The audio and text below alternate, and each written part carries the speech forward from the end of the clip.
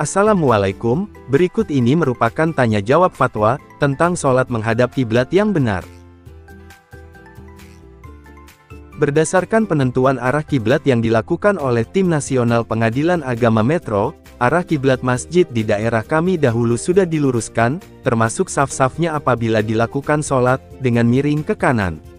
Beberapa bulan ini saf-saf kembali lurus seperti dulu menghadap ke barat lurus yang kalau diluruskan dengan Ka'bah kurang tepat atau isbah. Bagaimana cara kita melakukan sholat di masjid tersebut?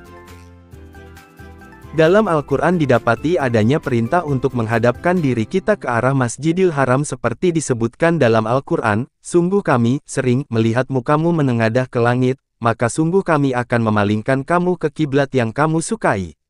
Palingkanlah mukamu ke arah Masjidil Haram. Dan di mana saja kamu berada, palingkanlah mukamu ke arahnya.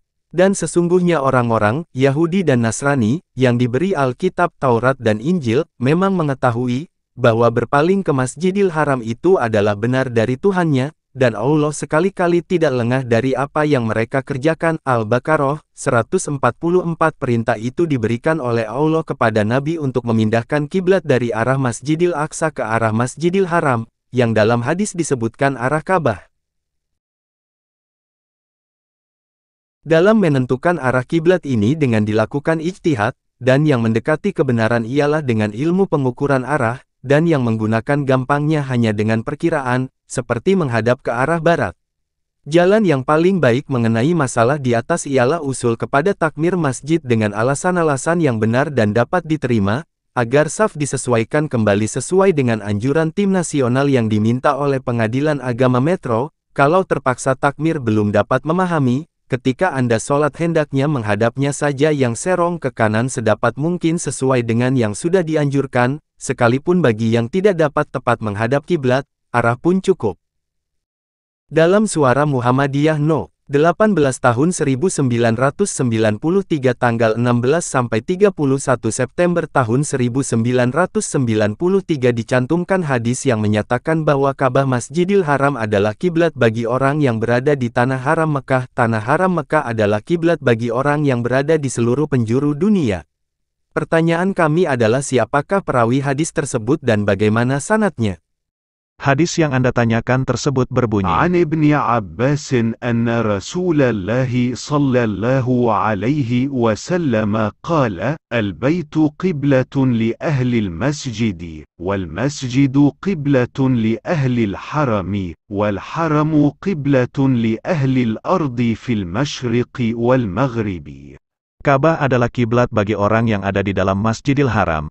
Masjidil Haram adalah kiblat bagi orang yang berada di Tanah Haram. Dan Tanah Haram adalah kiblat bagi orang di seluruh penjuru dunia yang timur dan yang barat. Hadis tersebut dikeluarkan oleh Muhammad Ali Al-Sais dalam kitabnya, Tafsir Ayat Al-Ahkam, ketika ia menjelaskan mengenai dalil-dalil yang dijadikan dasar oleh ulama Malikiyah yang berpendapat bahwa bagi orang yang tidak dapat menyaksikan Ka'bah karena jauhnya, maka tidak diharuskan menghadap ke zat Ka'bah tetapi cukup hanya menghadap ke arahnya saja.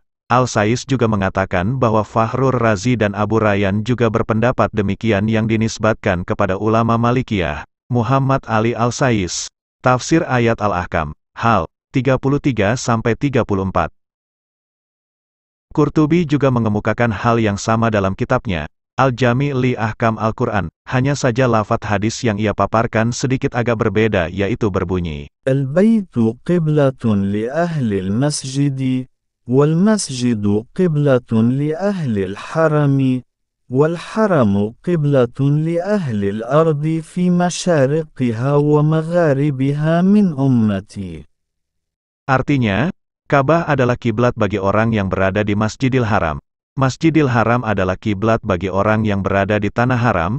Tanah Haram Mekah adalah kiblat bagi umatku baik yang berada di timur bumi maupun yang berada di bagian baratnya. Qurtubi, Al-Jami' li Ahkam Al-Qur'an, hal 1/54. Demikian pula halnya Suyuti. Ia mengemukakan hadis ini dalam kitabnya, Al-Dur Al-Mansur, ketika ia menjelaskan alasan ulama Malikiyah dalam masalah kiblat bagi orang yang menunaikan sholat dan tidak dapat menyaksikan Ka'bah. Suyuti, Al-Dur Al-Mansur, hal 1/146. Muhammad Ali Al-Sabuni, ketika menjelaskan pendapat-pendapat para ulama mengenai kiblat dalam kitabnya, Rawai Al-Bayan Tafsir Ayat Al-Ahkam min Al-Quran, mengutip juga hadis tersebut sebagai salah satu dalil bagi ulama Malikiyah dan Hanafiyah yang menyatakan bahwa bagi orang yang tidak dapat menyaksikan Ka'bah, maka kiblatnya cukup dengan menghadap ke arah Ka'bah, ia tidak harus menghadap ke zat Ka'bah. Muhammad Ali Al-Sabuni, Rawai Al-Bayan Tafsir Ayat Al-Ahkam min Al-Quran, hal 1/126. Hadis yang banyak dikutip oleh ulama tafsir tersebut di atas. Sepanjang penelusuran kami terdapat dalam kitab Al-Sunan Al-Kubra, Kaya Baihaqi, -458 hal 2, 9 dan 10. Dengan demikian yang mengeluarkan hadis ini adalah Baihaqi dari Abu Muhammad Abdullah ibn Yusuf dari Abu Said ibn Al-Arabi dari Abu Muhammad Ja'far ibn Anbash dari Umar bin Hafs dari Ibnu Juraij dari Atta dari Ibnu Abbas dari Rasulullah. عن ابن عباس أن رسول الله صلى الله عليه وسلم قال: البيت قبلة لأهل المسجد، والمسجد قبلة لأهل الحرم، والحرم قبلة لأهل الأرض في مشارقها ومغاربها من أمتي. Melihat persambungan sanadnya yang sampai kepada Rasulullah, itu maka hadis tersebut termasuk hadis marfu. Namun demikian, Baihaqi mengatakan bahwa hadis tersebut dhaif karena dalam sanadnya ada perawi Umar bin Hafs.